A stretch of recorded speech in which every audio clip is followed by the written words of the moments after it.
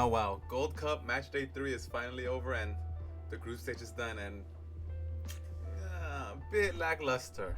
I'll be honest with you. I expected a bit more upsets, a bit more flair from other teams, but came down to the greatness of the three big teams and the four big teams, five big teams that were gonna go on always. USA dominated the group. Mexico didn't necessarily dominate, but they comfortably passed. Canada dominated the group. Besides that Cruzal game, which is a bit sus. Panama, I had my doubts on Panama. I didn't have Panama passing because I thought Jamaica was gonna come through and I wanted Guatemala to come through. But Panama shut me up, and they're a great football team. I didn't necessarily doubt them, but necessarily I just thought Jamaica was gonna show up, and Jamaica did not show up. But that's hey, we'll get that to one too. And number 5, Costa Rica. Those 5 teams I usually go on now, and they did it comfortably, but they did it. Most of the time, I like to think of this as like a learning curve. These teams should go on, but I wanted to see a little bit of upsets here and there, but there wasn't. I'm very happy that they passed, and I'm very happy that now the real tournament begins. Now the real tournament starts. The tournament of the CONCACAF Gold Cup starts now. In my opinion, this is where the football elevates itself. The group stage, in my opinion, has a low level of football, and it shows in some of these games. It shows some of these games. But now you go to the top 8 teams in this region, and they're not terrible, bro. You gotta understand, this is our region. We gotta appreciate it. Don't knock it down. Appreciate it. And once you do this top 8, they're good teams, bro, and I like it. But some teams did not show up. Let's start with Group A, man. Group A, Mexico tops it with Costa Rica coming second. Dominican Republic third, and then Suriname coming in last. And I'm just gonna say this straight up the bat. Mexico disappointed. Mexico didn't play good enough. Mexico should play better. And honestly, going into the knockout stage when they play against Saudi Arabia, I'm worried. I'm worried that Saudi Arabia can have a low block. I'm worried that Saudi Arabia's gonna bring him in, suck him in, and get us on the counter. I'm worried about that. Mexico has to improve if they want to beat Saudi Arabia. They have to improve. This isn't Saudi Arabia's A team, no, nonetheless, but they're a very competitive team, and I can see them giving us problems, and Mexico has to come out better, And the fact that we haven't scored an actual open goal. We've only scored one goal from open play is crazy. It's crazy, and Cesar Montes is our literal top scorer. Is absolutely outrageous. Against Costa Rica, we played. I think Mexico played better than I expected, but it's not good enough. It's not good enough. We need them to play better, and we can't. Honestly, 2 strikers may not be it. I love having that attack you made, Marcelo Ruiz. I love Marcelo Ruiz, bro. Shout out Marcelo Ruiz, but we need to give him his flowers, bro. He's playing better and better. Honestly, anybody over Charlie. And I don't like hating on Mexican players, bro. I don't like hating on players, but Charlie Rodriguez has been playing for La Selección for way too long and being unproductive for way too long. Push him aside, bro. I'm so happy that Marcelo Ruiz is getting the chance he deserves, and I hope he continues to improve for Mexico, bro. He's a very good player. 24, 25. I think he will go to Europe this summer transfer window, and I think he will improve. And I think he's a shoo-in to start in the midfield, bro. Edson Alvarez, captain for sure. Back line, Montes, Vasquez. I think for the first time in a while, I can say this. Mexico has a spine. Something to hold us. Malagon, Montes, Vasquez, who I like them. I think this is the first time I've seen 2 center back pairings have it from the Olympics up to the World Cup, and I'm very happy to say that I'm okay with these 2. I'm okay with these 2, bro. Watch Malagon, Cesar Montes, Johan Vasquez. I like them. They know each other. Montes needs a new team. He needs to get out of Russia. Montes needs a new team. Vasquez is one of the best center backs in Serie A. It's not my opinion. It's a fact. He's at least a top 10 center back. He might go to Inter Milan. And then Edson Alvarez is in CDM position, and then Raul Jimenez on top. We have this spine, a group of players that I know we can count on, bro, and I love it. Costa Rica, on the other hand, didn't show me nothing. Costa Rica didn't show. It's what I said it before in the last video. Costa Rica needs better managing of the ball. I don't see them necessarily playing the better football like that. And them going against the United States is going to be an issue. a real issue. Costa Rica versus United States is going to be a good, close game.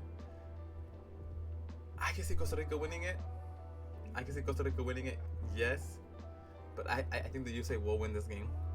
I think the game will go over extra time, and I think the USA will show its teeth at the end. If that makes sense. Costa Rica needs to play better. If they want to beat the United States, they need to play better. I think they had 0 shots on target against Mexico, and it's just not good enough. Miguel Herrera knew what he was doing.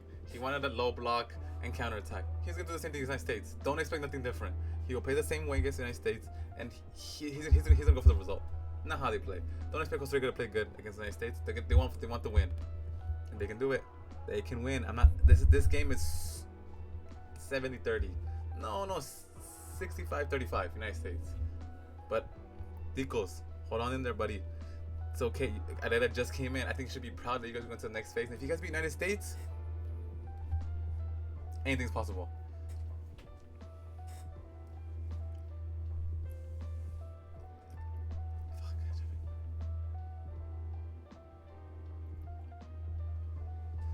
And when Keylor Navas is your man of the match at 38 years old, something needs to change. And Miguel Herrera, like I said, is a coach on player management. I think he has his players believing in himself, but now has to show on the field. Has to show on the field. Alcacer, love him. Ugalde, love him. Morra, love him.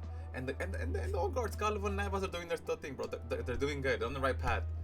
But this USA game was the first real. The Mexico game was the first real challenge, and I think they passed. They got no draw. But USA it's coming up next, and I think Costa Rica can win this game. Alright, and in Group B, man, we have Canada coming in first place, as expected, and Honduras, after that embarrassing first game with Canada, pulled through and got 2 wins and came out with 6 points, coming in second place. Salvador. Talking about the first 2 places is interesting, but I want to start this group off by talking about how poor Salvador has been in the past 2 years. When I thought maybe El Salvador can pick it up, maybe they can pick it up for the World Cup. They had more red cards than actual goals scored. El Salvador's football is lackluster, doesn't have energy, doesn't have physicality, no idea, and just lack of heart. The most heart I've seen was the 2 red cards they've gotten against Canada. The old Salvador that I knew with garra, with that idea of just, man, if we're not gonna win, bro, we're gonna win headers, we're gonna win throw-ins, we're gonna win corners, we're gonna celebrate. Salvador used to celebrate tackles. Now they're celebrating the fact they go and not score any goals. What are we talking about now, El Salvador? El Salvador has been lost in any type of translation when it comes to football, bro. What happened? What happened to El Salvador, bro? When I was younger, I used to think of Salvador and like the Custa Clan, bro. I remember thinking of Mexico, man. Damn, Mexico with El Salvador, brother. Mexico with El Salvador is different gravy. It's different gravy. But now I just look at El Salvador and think, how am I gonna put past them, bro? How am I gonna put past them? A disappointing Gold Cup. There's no way. There's no way Salvador can give hope to their fans about qualifying to World Cup when they play this poorly. And I want to say this first. Want to say it, bro. Not news to anybody. They won't qualify to the World Cup. They will not qualify for the World Cup, and I hate to say that to almost Salvadorian fans, bro. They will not qualify for the World Cup, especially not playing like this. Shout out Canada. My flowers to Canada. I knew Canada was gonna top this group. I said in the beginning of the videos, they're gonna top the group. Jonathan David, Teju Buchanan scored. This team looking nasty. This is Canada's A team, guys. This is Canada's A team, and they brought it to win this fucking tournament, bro. They want to win this tournament, bro. That's how you win this tournament, by playing and setting an example to the other teams. Bring your A team and win the games comfortably, bro. That Curacao game was a bit iffy, but they're back on it. And I believe. Wait, let me see.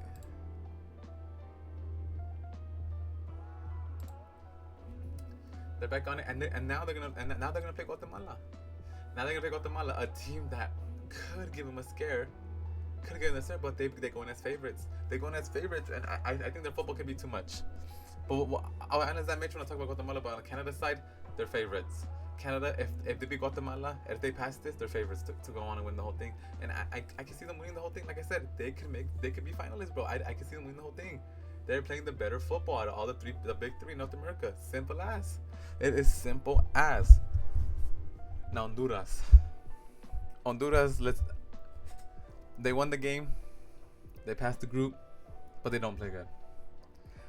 I am objectively a CONCACAF watcher. I'm objectively a Central American football lover. I'm Mexican, but this Honduras team is lackluster at best. Lackluster at best. And now they're playing Panama in the quarterfinals. Could they beat Panama? Of course they can. It's CONCACAF. It's football. But man, this Panama team is super good. This Panama team is super good in Honduras.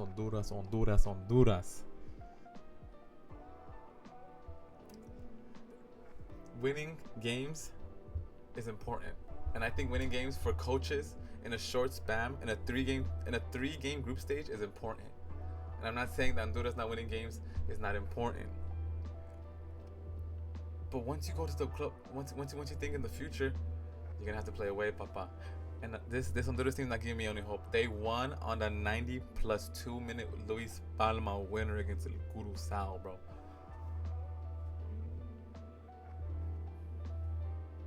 Honduran fans should be happy that they advanced, but the Honduran team should focus on playing better. Because if they play better, they could be Panama. Because the Panama team is nasty. And speaking of Panama, man. Speaking of Panama, bro. Just go back to Group C. Group C and Panama's dominance. My hands are up. Hands are up with this one. My hands are up with this one, papa. Panama shut me up.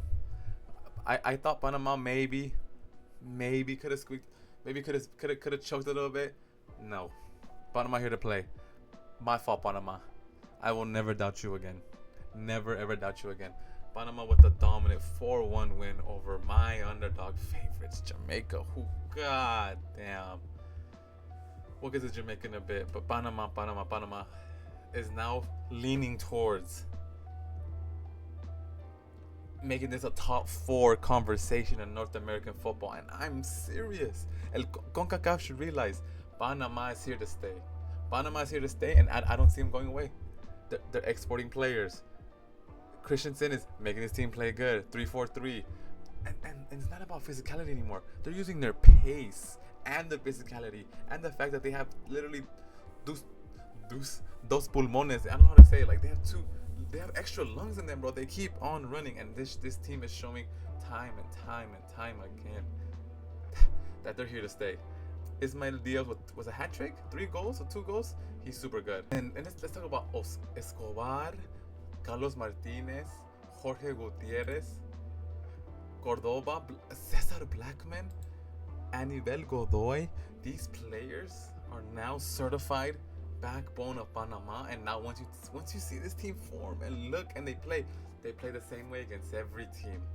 Panama has this thing against Mexico, United States, Canada. They play differently, but when they play the other teams, bro, it's full on attack and they want to win games. And they showed Jamaica.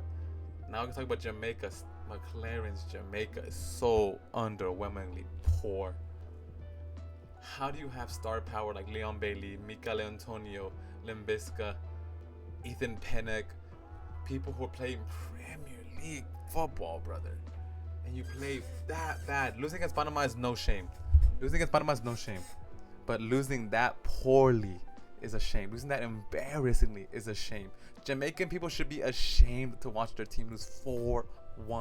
Let's be objectively serious here, bro. They should be doing better in this CONCACAF region. And I'm upset because I had them as underdogs. Man, they're killing my parlays, brother. Literally, Jamaican football should be understanding of the moment, but realize playing like this ain't gonna make a World Cup, papa. Their group is, even with the group being super accessible as it is, should focus on playing better. Because like that, they won't not make the World Cup. And if they do make the World Cup, I'd be so happy for them. Because I know they have potential to become World Cup finalists. I know called finalists. I'm talking about making to the World Cup finals. Okay, guys. Jamaica needs to focus on playing good football. Their group in the World Cup qualifying is accessible. But playing like this is not acceptable. Jamaican football, bruh. You have the talent. You have the pull for some reason. The pull. Continue to use it. McLaren, this team needs to play better football. Needs to. Second place. Now let's talk about second place. Guatemala, bro. Guatemala, in my opinion, they showed up. I told y'all, Luis Fernando Tena knows how to play this type of tournaments. And what happened? He showed it. Luis Fernando Tena beating Guadalupe 3-2. They're winning 2-0. They came back 2-2. I mean, no. They came back 2-1. Things got squeaky, but Rubio at the end scored with his chest, man, and putting it to bed 3-1. Obviously, they got the goal at the end, but I think Guatemala now can say their football is growing. And Guatemalan fans, let's give it up. Guatemalan fans in LA and in Houston showed up for the team, and this was what happened. This is what happens when you show up for your team. When you show up for your team, good things happen. And Guatemala doesn't have the best players, but man, are they playing with a certain system and physicality. I haven't seen them play in about 10, 15 years, literally. Pescado Ruiz, I was watching him in an interview. He says he looks at this team and it reminds me of his team of his old, bro. Motherfuckers who's gonna go and attack. This part, I can't even say this could potentially become one of the better Guatemalan teams in their history. I will say that right now. This could be Guatemala's best team in their history of football if they continue like this. And if they make the World Cup, that solidifies it. Guatemala fans, Guatemala people, chapines, amigos, be happy, be excited, because now you have a team to watch and enjoy in this region. Guatemala has the potential to become quarterfinalists continuously, okay? Contenders in the Nations League. If they continue like this, Luis Fernando Tena is your boy. Gracias, Luis Fernando Tena, por enseñar el fútbol a guatemaltecos, because they now are believing in themselves. Thank you. Be excited, Guatemalan fans. You have a good team. Be excited. And Guadalupe, they came and performed and they did their best. They did their best.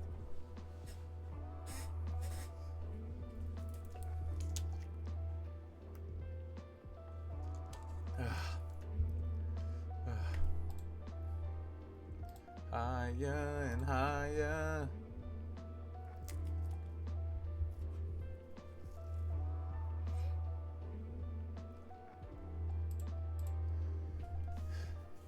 Panama is playing Honduras. Okay, wait. Guatemala's quarterfinal opponent is Canada, and I do have Canada as the favorites, but that does not mean that Guatemala could not beat Canada. Doesn't mean Guatemala could not win this game, and I'm so happy to see this game playing out. I think it's gonna be a very competitive game, but I do have it Canada as the favorite. I think 60-40 maybe, 65-30 like the same in the United States game. But don't count on Guatemala. And if Guatemala can hold their own for 60-70 minutes, right? Hold that line, hold that thing, they can get a goal. And then Tena, knowing Fernando Tena and his tactics, park the bus. And if they play things right, you can see Guatemala in an eventful semifinal. Panama, on the other hand, have Honduras, an accessible opponent. I think they beat Honduras. I think it's 70-30, Panama.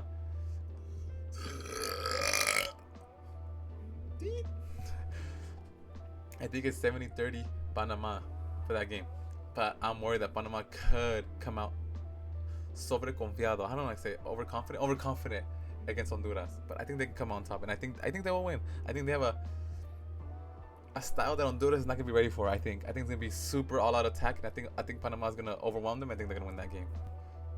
And now we move on to Group D. Where Group D, we have United States coming in on top, per usual, like every expected, and number 2 Saudi Arabia, who, in my opinion, I think didn't really play that good, but they go on with 4 points, and that just this is the poorest group. I think not the poorest group of games you could have watched, but definitely the least exciting. And that's due to Saudi Arabia's football. I mean, it's very defensive, and they want to win games by using the defensive skill, and then they're scoring the goal. Okay, I get that. But going on with the United States in their play, they beat Haiti 2-1. Again, it wasn't the best looking game. Against an empty crowd in the stadium. Let's talk about it, bro. These crowds at these games are disgustingly low. I don't blame nobody. Why would you want to go see the U.S. play for $150 a pop? Why? And it's nothing to do with the U.S. football team. I mean, some people might say, oh, you know what? They're not that good right now. I get it. But if the tickets were $25 each, y'all would go. Something has to change in the U.S. about ticket prices. With the World Cup coming up next, bro. With the failure of the ticket sales of the Club World Cup. They need to fix it, bro. They need to fix it. No one's going to the games. We need to fix ticket pricing. It's stupid. It is stupid. I go to Europe and I pay $50 for me and my girlfriend to watch a damn game in any country in the world. I don't get it. I literally don't get it. I don't get it. Fix your fucking thing, United States. There's a World Cup with full of many fans from that world that come in. They're gonna be disappointed seeing those ticket prices. Fix it now. Okay, but going back to the United States. United States, underwhelming performance again. Patrick Agamayang? I'm sorry if I butchered his name. He's scoring the 75th minute. Malik Tillman again showing why he's the U.S.'s number 10. I'm always gonna say this. Malik Tillman has to play. He has to play. He's gonna be Pochettino's 10, and I don't know how to tell you guys, but he's gonna be their 10. Malik Tillman will be their 10, and I don't see any other way. Pochettino loves him, and I can see why. Pulisic, watch out. Malik Tillman is here to stay. If you think that number 10 position is, get out of here. He's gonna go on the wing. Pulisic is gonna go on the wing. Tillman at the 10, and I honestly, at this point, I think Pochettino favors Tillman as the player he wants to have on his team. In my opinion, that's what it seems like to me. He's giving him that trust he deserves. He plays in PSV. He could have easily been like, "Oh, I did a sabbatical." Calma. He didn't do any of that. He said, "Let me play with this team," and now he's becoming their talisman. And I like it. I like Malik Tillman. I like Malik Tillman, bro. I like him. I really do like him. But the team needs to improve the play, bro. They need to improve their play. They're just like Mexico, bro. They're not playing that good. They're squeaking by. These teams are not that good to be squeaking by like that. And underwhelming performances again from both the United States national team and Mexico. And the United States team it's not their strongest team. I understand that. But again, the performances need to be better. This time next year, we'll be talking about being in the World fucking Cup. They need to be better. Second place, Saudi Arabia, Mexico's opponent. Oh, going back to United States. Let's bring it back to the United States. They play Costa Rica. Again, they're favorites in that game. Favorites in that game. But I don't know if they have what it takes to for sure beat them with convincing fashion. They're not gonna. This game's gonna end in extra time. I called it extra time. Penalties maybe. But I think USA have the edge, and I think they're the favorites to win this game. And then Saudi Arabia play my Mexico. 70-30 favorites. Mexico. Saudi Arabia will have a style play that's gonna irritate Javier Aguirre's Mexico. I think Aguirre should come out offensive, wide play, crosses in. Winning that second ball is going to be important against Saudi Arabia, okay? That second ball is going to be important because their counterattacks are lethal. Mexico is in trouble. Saudi Arabia is not a bad team. They just kind of play kind of bad, but they're not a bad team.